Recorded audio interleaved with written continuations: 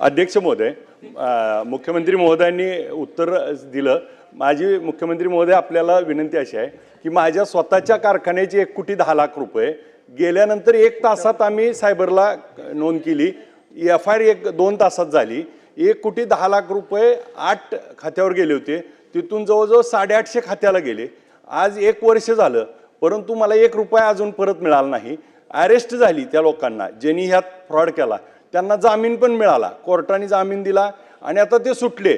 पण माझे अजून 27 लाख रुपये त्या ठिकाणी होल्ड झालेत आणि त्याची तक्रार देऊन सगळं गोल्डन आवर आज 1 वर्ष झालं साहेब व्याज बँकेला भरतोय आणि त्याचे पैसे मिळत नाहीत। ह्याची रिकव्हरी फास्ट होण्यासाठी आपण ह्याच्यामध्ये योजना केली पाहिजे आणि हे माझ्यासारख्या अनेकाला त्या ठिकाणी होतंय। गोल्डन आवर 1 तासात साहेब तक्रार होऊन देखील आणि एक विधिमंडळात सदस्य असताना जर ही अवस्था असेल तर सामान्यांना याबद्दल शंका येते। आणि हे जे आरोपी आहेत हे राजरोज आज त्या ठिकाणी फिरतायत, त्यांची केसेस रिओपन करून यांना पुन्हा आज जेलबंद केल्याशिवाय ह्या वसुली होणार नाहीत आणि जोपर्यंत पैसे वसूल होत नाहीत तोपर्यंत जामीन होणार नाही। असे जर आपण कायद्यामध्ये काही सुधारणा केली तर ही लोक त्या ठिकाणी सुटणार नाही, नाहीतर जामीन घेतात, पुराव्याअभावी लगेच जामीन होऊन ते सुटतात। अध्यक्ष महोदय, सन्माननीय सदस्यांनी सांगितलं त्या संदर्भात महत्त्वाचं अवेअरनेस आहे। आता सर तुमची केस मला पूर्ण माहिती नाही, पण साधारण या केसेस अशा होतात की तुमच्या अकाउंटंटला कोणीतरी फोन करतं, तो सांगतं की साहेबांनी तात्काळ इतके पैसे जमा करायला सांगितलेले आहेत।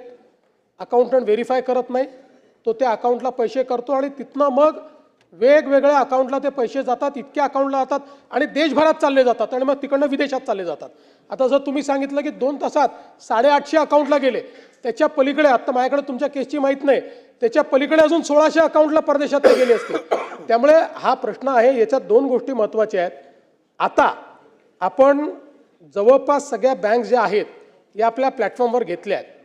आत्तापर्यंत त्या नसल्यामुळे एकेकाला आपण कळवत आणि त्यांनी होल्ड करतपर्यंत त्या बँकेतनं दुसऱ्या बँकेत गेलेला असायचा। म्हणजे एखादा साप जसा पळावा तसं हे पळतं आणि आपल्याला त्याच्या मागे धावावं लागतं। तर आता ती कॅपेबिलिटी आपण तयार केलेली आहे। दुसरं आपल्या केसमध्ये आपण जे सांगितलं अशा प्रकारचे जे आरोपी, ठीक आहे कोर्टाने त्यांना जामीन दिला असेल, पण तरी पुन्हा तपासण्यात येईल आणि कुठल्याही परिस्थितीमध्ये अशा प्रकारचे गुन्हे करणारे लोक हे मोकळे फिरणार नाहीत याबद्दल कारवाई केली जाईल।